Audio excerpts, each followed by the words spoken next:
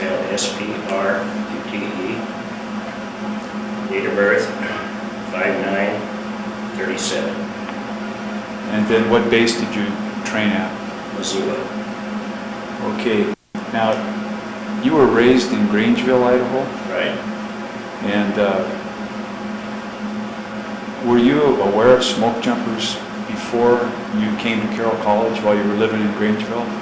I think I was, because I worked for the Forest Service there in Grangeville, and I was on a fire one time with a couple of them. Where'd you work in the Forest Service?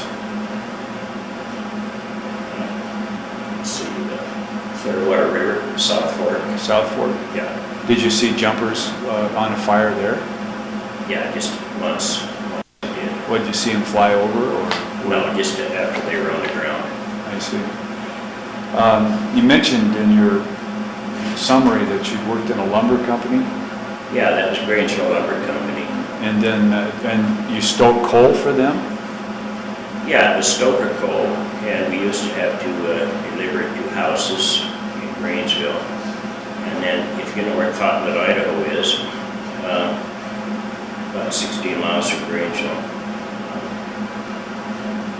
the convent there, they would take a car of coal, about 56 ton, and we'd have to shovel that over the side with green shovels onto trucks to deliver to the convent. Wow. And then where'd the coal come from? I have no idea. But the lumber company sold coal. Or, yes, Yeah. yes. How old were you when you were doing that? Oh gosh, I must have been in high school. Because I didn't go into the military until I was 19. Most people, I guess, go in there when they're 18. So right after high school, I worked at a lumber company. And that was after high school, I guess. So you went in the military before you were a smoke jumper. Oh yeah. So what years were you in the military? 56 to 59, And what branch of the service? USMC. So you were a Marine. Right. And so where did you serve? Kaneohe, Hawaii. They have it's called a 4th Marine Brigade. And a brigade is simply that they have their own hero power. So I was a jet mechanic. So you started out working on airplanes in the Marine Corps. Yes. Where'd you go to school to do that? Tacoma, Washington. That was after probably after I got out. So, but you learned how to do it in the Marine Corps. Well, yeah, you don't learn much in the service. I mean, I was just a line mechanic, and then they wanted me to go in the engine shop, which I did, and it was mostly changing fuel controls and things like that. And what kind of aircraft did you work on? FJ4s. Those are fighters? Yes, they're built by North American, and they're similar to a Sabre jet, which is an F-86, except I think since the Marine Corps is part of the Navy, they had dive brakes, which I don't know if the F-86s did or not because they're land-based. So these were carrier fighters. Oh yeah. And so you got out of the service in '59. Right. And then you went over to Carroll? You went to Yes, Carroll? I did. So you were you on the GI Bill then, or you were just a student there? At that time, I was just a student, yes. Maybe I didn't know about the GI Bill, although I did take advantage of it, when I was going to college for certain courses. What were you thinking of getting your degree in? I went there because my brother and sister went there. Okay. And I had no business going to Carroll, although I did meet my wife there. So I was taking liberal arts, which was a big mistake because I'm not a writer. I should have gone to Moscow, Idaho, and gone into forestry or ag or something. So you were at Carroll when you decided to apply for the smoke jumpers. Yes. before we talk about that, was there a jump base at Idaho, at Grangeville when you were growing up? Was there a smoke jumper base there? No. Was there one at McCall? I believe there was. But you didn't have much to do with those, just the jumpers you saw in that one fire? Yes, and I don't even know if I knew where they were from. It's just that Missoula ring a bell in my mind, so I applied there. Okay, so you got accepted, and can you remember what your training was like? Oh, yeah. What was that about? Tell us about that. Well, they had us do basic calisthenics like jumping jacks and,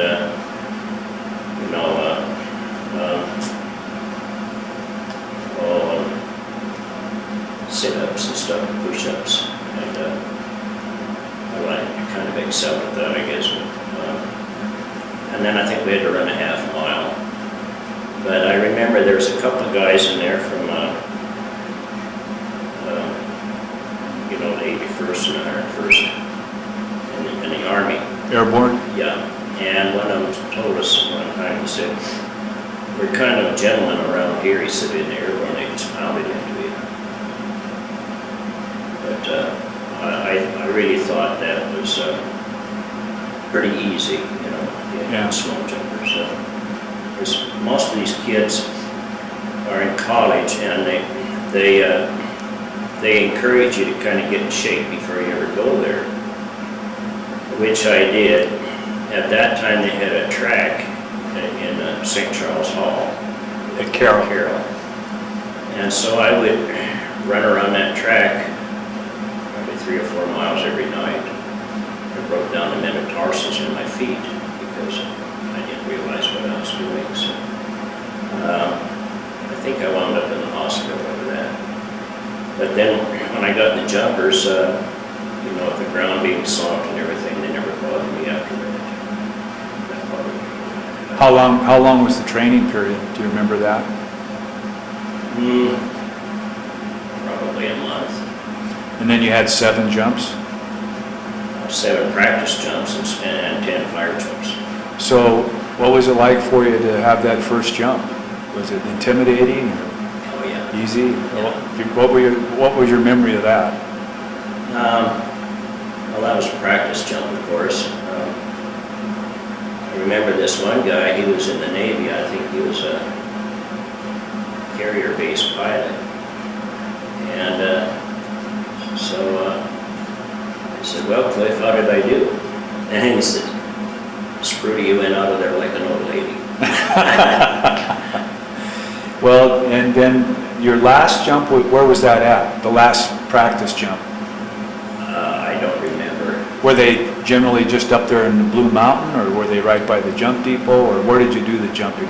Oh, it was right around Missoula. Yeah. Yeah, right around the base there. Well, they had a big cow pasture up there. I don't remember the name of it anymore. Yeah. That's where I mentioned in a letter that the one guy drifted under another, and it took the air out of under their chutes, and it just kind of up, and another guy lost his let-down rope out of the pocket, leg pocket.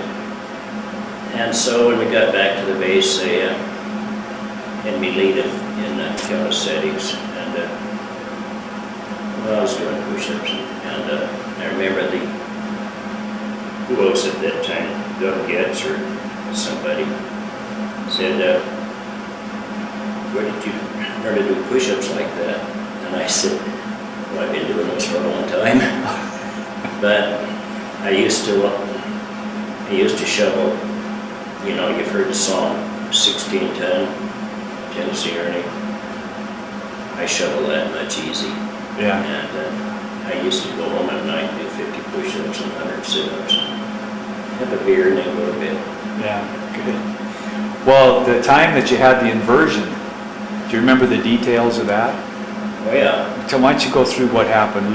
When you left the door, what kind of a load were you on, and was it a 2-man deal or what? Oh, there was probably a couple of guys on the ground already.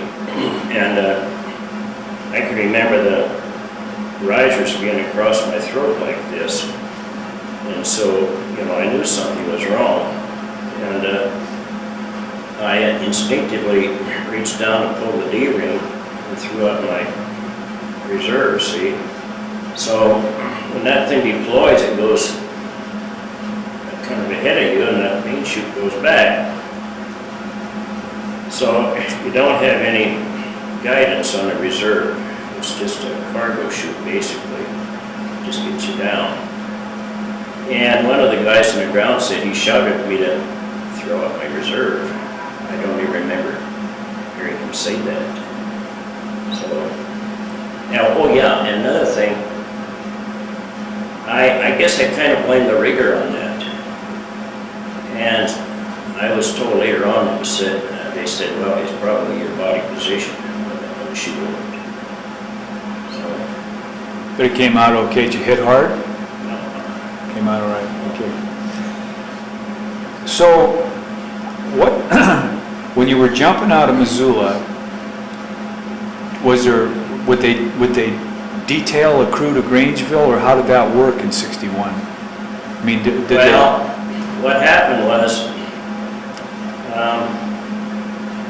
yeah, they would detail certain people there, and me being from Grangeville, I could have gone there and got probably $6.50 a day per diem, which is okay for the time.